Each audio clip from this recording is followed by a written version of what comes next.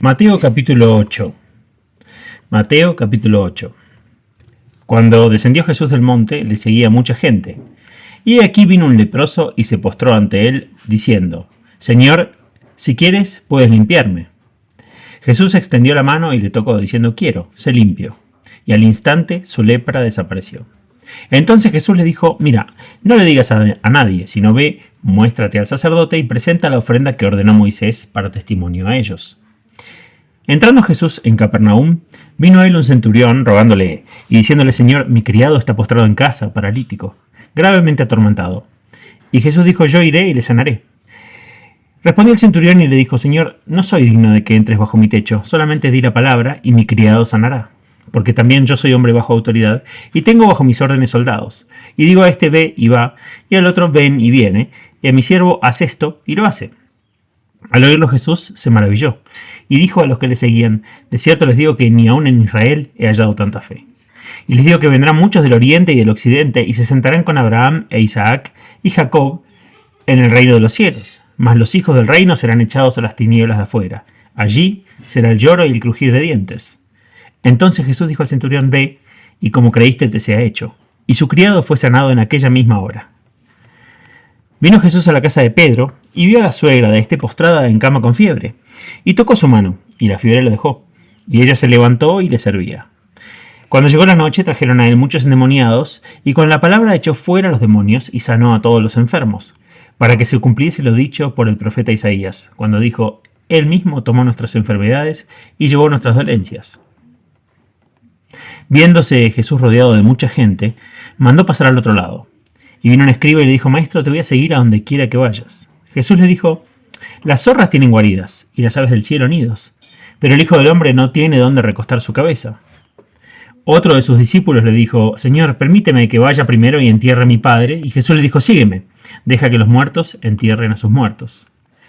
Entrando él en la barca, sus discípulos le siguieron. Y he aquí que se levantó en el mar una tempestad tan grande que las olas cubrían la barca, pero él dormía. Y vinieron sus discípulos y le despertaron diciendo: Señor, sálvanos, que perecemos. Él les dijo: ¿por qué teméis, hombres de poca fe? Entonces, levantándose, reprendió los vientos y el mar, y se hizo grande bonanza. Y los hombres se maravillaron, diciendo: ¿qué hombre es este, que aun los vientos y el mar le obedecen? Cuando llegó a la orilla, a tierra de los Gadarenos, vinieron a su encuentro 2 endemoniados que salían de los sepulcros, feroces, en gran manera, tanto que nadie podía pasar por aquel camino. Y clamaron diciendo: ¿qué tienes con nosotros, Jesús, Hijo de Dios? ¿Has venido acá para atormentarnos antes de tiempo? Estaba paciendo lejos de ellos un hato de muchos cerdos. Y los demonios le rogaron diciendo: si nos echa fuera, permítenos ir a aquel hato de cerdos. Él les dijo: id. Y ellos salieron y se fueron a aquel hato de cerdos. Y aquí todo el hato de cerdos se precipitó en el mar por un despeñadero y perecieron en las aguas. Y los que los apacentaban huyeron y viniendo a la ciudad contaron todas las cosas y lo que había pasado con los endemoniados. Y toda la ciudad salió al encuentro de Jesús, y cuando le vieron le rogaron que se fuera de sus contornos. En este capítulo vamos a hablar de sanidades. Jesús se encontró en medio de un camino rural con un leproso que lo adoró. ¿Por qué no estaba el leproso en la ciudad? Porque no se le permitía estar ahí. Tenía que vivir fuera de ella. Había oído lo que estaba pasando en la ciudad y se preguntaba cómo podría llegar hasta Jesús. Y ahí estaba él, viniendo por el camino. No es de extrañar que corriera hacia él. Este hombre, condenado a una muerte en vida, le dijo con una fe asombrosa: Señor, si quieres, puedes limpiarme. Era una gran muestra de fe por parte de alguien que padecía una enfermedad incurable. Jesús se compadeció de él, lo tocó y le dijo: quiero, sé limpio. Y así fue. La necesidad de este hombre era evidente, su fe era evidente y fue sanado. Y lo siguiente que resulta evidente es su desobediencia. Jesús le dijo al leproso curado que no se lo contara a nadie. Jesús le dijo que fuera a Jerusalén, donde lo examinarían, obtendría un certificado médico y volvería a la sociedad. Pero el hombre se apresuró a ir por el camino, y todos los que encontraba les decía que había sido curado por Jesús. Jesús ni siquiera podía entrar en las ciudades, tenía que mantenerse alejado de ellas para poder predicar donde solo los sanos podían llegar a él. Vemos el problema, y de nuevo, el maravilloso equilibrio en su ministerio. Aunque sentía una profunda compasión por las personas que sufrían dolor físico y padecían, sentía una compasión aún más profunda por las personas que vivían en pecado, personas que se enfrentaban a un sufrimiento en el otro mundo, que los que vivían en este mundo ni siquiera podían imaginar. Así que él siguió predicando. Ahora llegamos al caso del soldado, el sorprendente caso. tenía antecedentes notables. El centurión tenía un rango equivalente a un de un sargento mayor en un regimiento. Por lo general, no se pensaría de un hombre así como una persona profunda, mística y religiosa, ¿verdad? Si han tenido alguna experiencia con sargentos mayores, sabrán que a menudo son la columna vertebral del ejército. Son totalmente fiables, hombres de fuerza y carácter. Este hombre era un soldado muy poco común. Además de tener un carácter fuerte, ser un líder y un militar bien entrenado, tenía una sensibilidad tremenda. En primer lugar, era sensible con su esclavo. ¿Saben lo que solían hacer con los esclavos agotados en aquellos tiempos? Los encerraban en una habitación sin comida o los dejaban en el patio para que se murieran. Un esclavo no era más que una herramienta. Y cuando un esclavo se agotaba, se tiraba. Y ya no valía la pena alimentarlo. Pero aquí había un hombre que decía: mi esclavo está enfermo. Y su preocupación no era solo por los soldados que estaban bajo su mando, sino también por los esclavos. Eso era algo casi inaudito en el mundo antiguo. Más aún, aquí había un hombre que estaba en posición de mantener la paz y que, de su propio bolsillo, construyó un lugar de culto necesario para la gente de un territorio ocupado. Eso era inusual. Había construido una sinagoga. Quizás hayan visto las ruinas de una sinagoga en Capernaum que aún se conservan hoy en día. No es la sinagoga a la que se refiere aquí, pero está construida sobre la que se construyó por el centurión.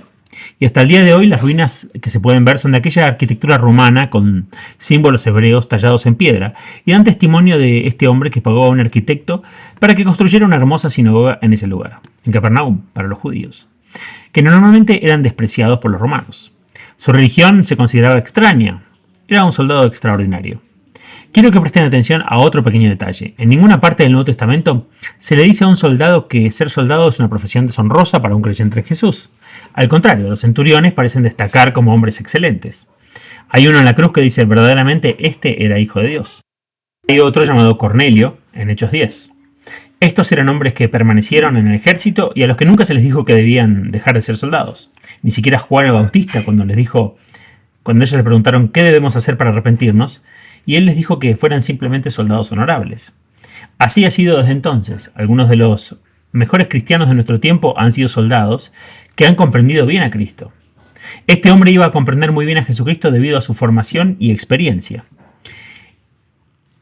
Fíjense en su humildad, nuevamente notable en un personaje así. Los judíos dijeron que realmente era digno de que Jesús hiciera esto por él. Pero el mensaje del soldado fue: no soy digno ni de venir a hablar cara a cara contigo, un rabino judío, ni de que entres a mi casa gentil.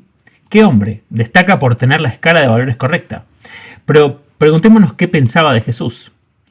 Entremos en su mente y en su corazón. Aquí está el hecho más increíble de todos. Él creía que Jesús podía hacer cualquier cosa con solo decirlo, aunque estuviera presente o no. Esto es una fe asombrosa. Miren, Jesús ya había estado sanando a personas imponiendo sus manos sobre ellas y tocándolas.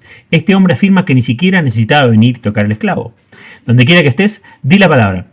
La mayoría de las personas necesitaban el toque de Jesús o necesitaban sentir el borde de su manto o tener alguna señal tangible de la presencia de él, para que pudieran creer en su poder. Pero este hombre no.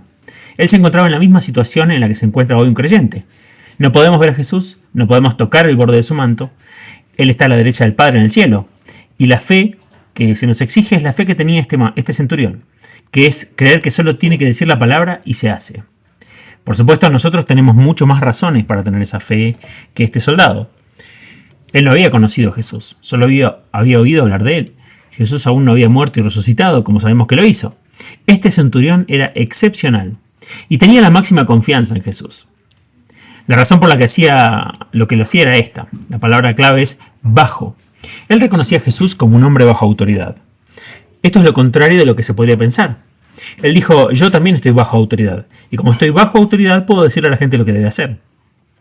Ahora bien, si ese centurión no hubiera tenido el rango que tenía, si no hubiera estado en el ejército de César, si hubiera sido solo un individuo, no habría podido decirle a otro hombre ve y que el hombre fuera. Pero él había aceptado un cargo.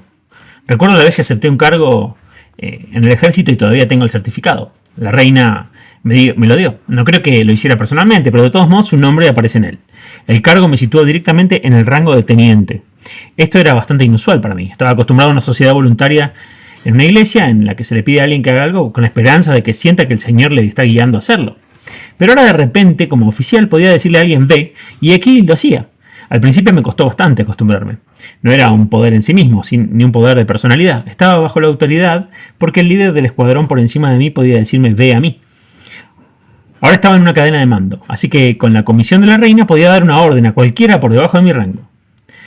Como estaba bajo autoridad, era como si la reina le dijera a esa persona que hiciera algo. Este soldado, cuando oyó hablar de Jesús, lo vio. El hombre estaba bajo la autoridad del rey, bajo la autoridad de Dios. Por lo tanto, puedo ordenar a esta enfermedad que salga de mi casa. Puedo decir la enfermedad fuera. Y la enfermedad tendría que salir de la casa, salir del esclavo. Así es como llegó su fe.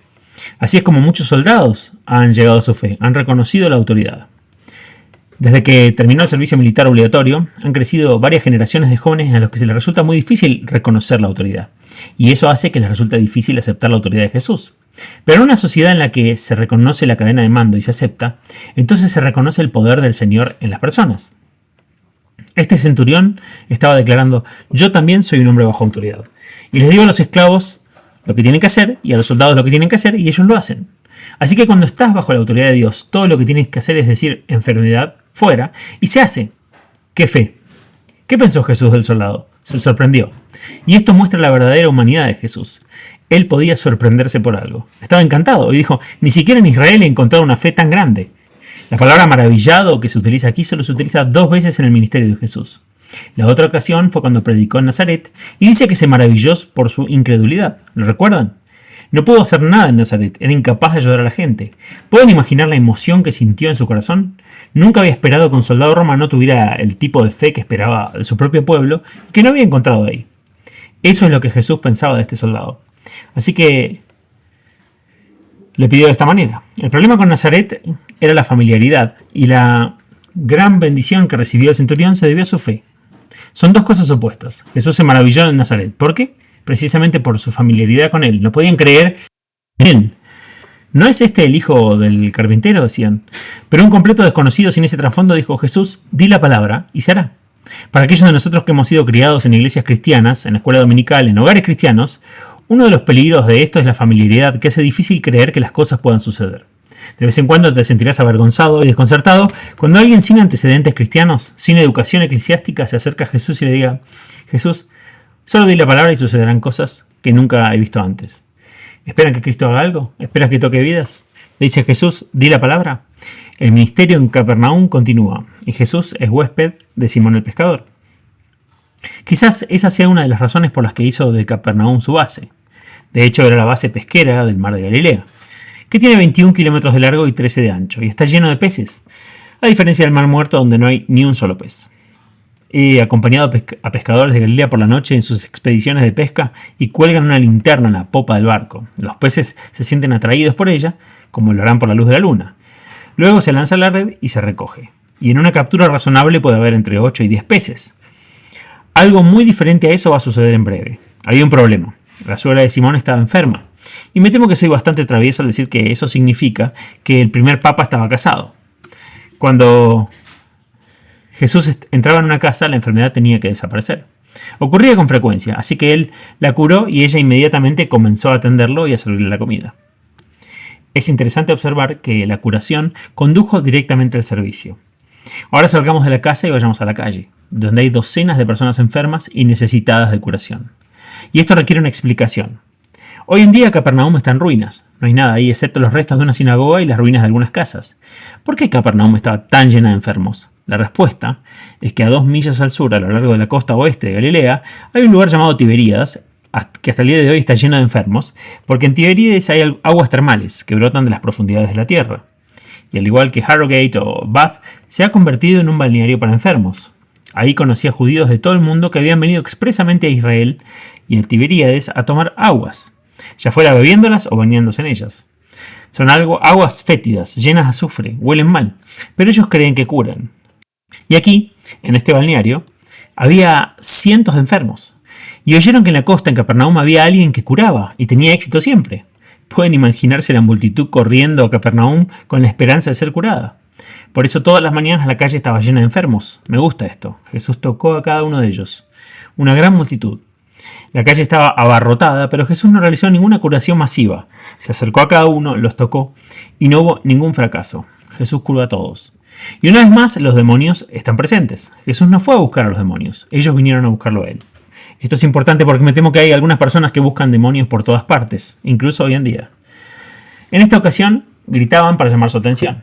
«Este es el Hijo de Dios», gritaban. Y una vez más Jesús quería que la gente lo supiera, pero no quería que fueran los demonios quienes se lo dijeran.